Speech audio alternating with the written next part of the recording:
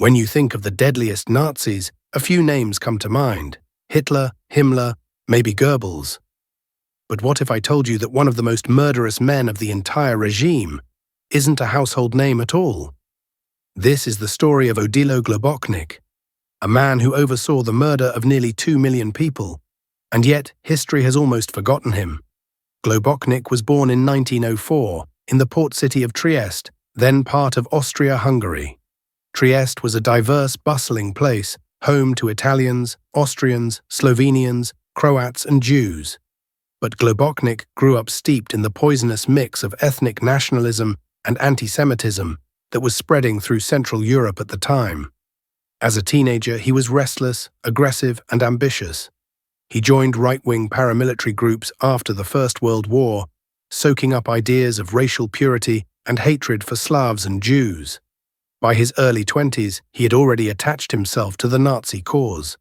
When Hitler's movement spread into Austria, Globocnik threw himself into the party. He wasn't a great thinker, nor was he particularly charismatic. But he was a fanatical believer, completely loyal to the Nazi vision. And sometimes that was all it took to rise. After the Anschluss in 1938, when Hitler annexed Austria into Germany, Globocnik was rewarded for his loyalty.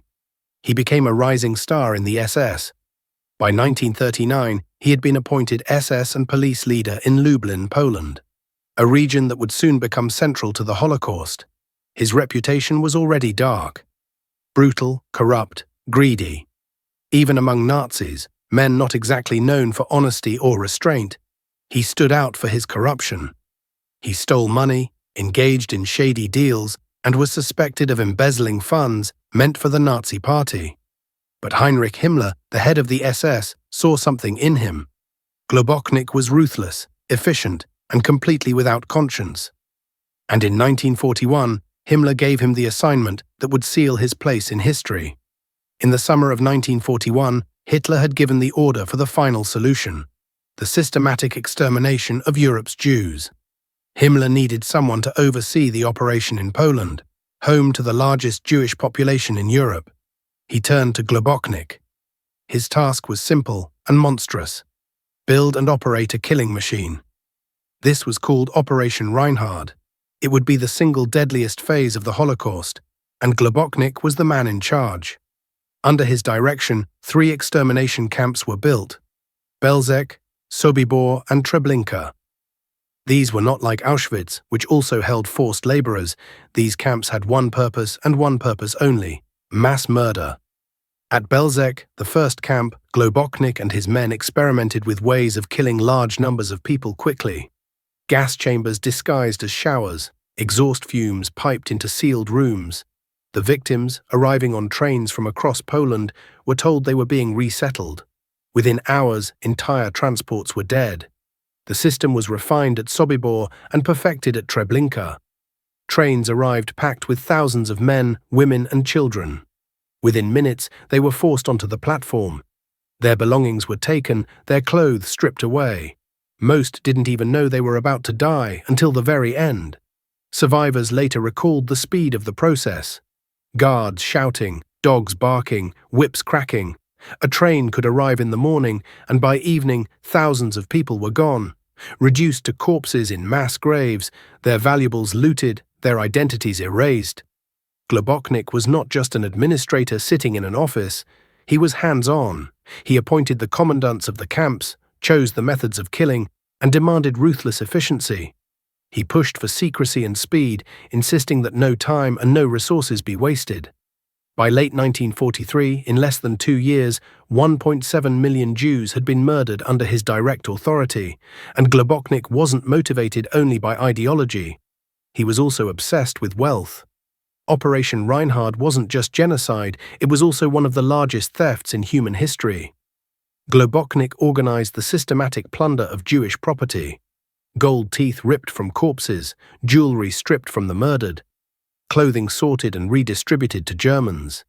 Even the hair of murdered women was collected and used in industry.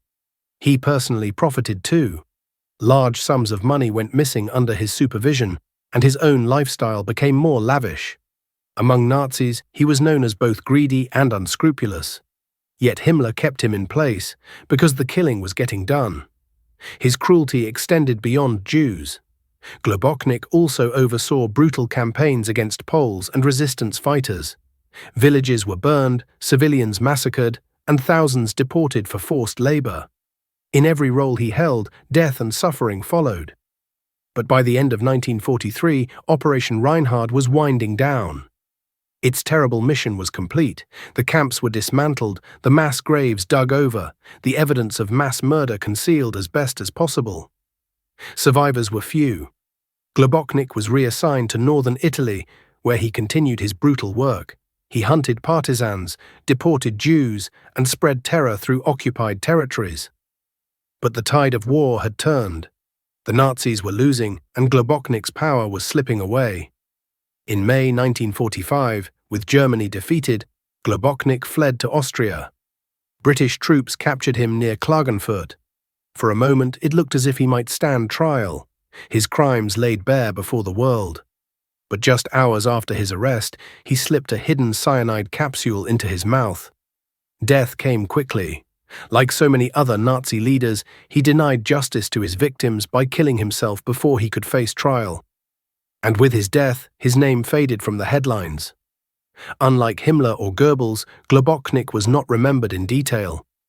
His crimes were absorbed into the larger story of the Holocaust, and his name slipped into obscurity. Yet historians who study the Holocaust are clear. Odilo Globocnik was one of the deadliest Nazis of them all. Some place him second only to Himmler in terms of sheer numbers of people murdered under his authority.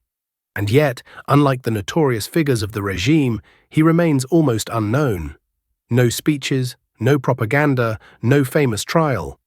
Just a shadowy figure directing one of the most lethal killing operations in human history, and then vanishing into silence. Globocnik's story is a chilling reminder. The deadliest figures in history aren't always the ones we remember. Sometimes the most dangerous men are hiding in the footnotes, and Odilo Globocnik was one of them.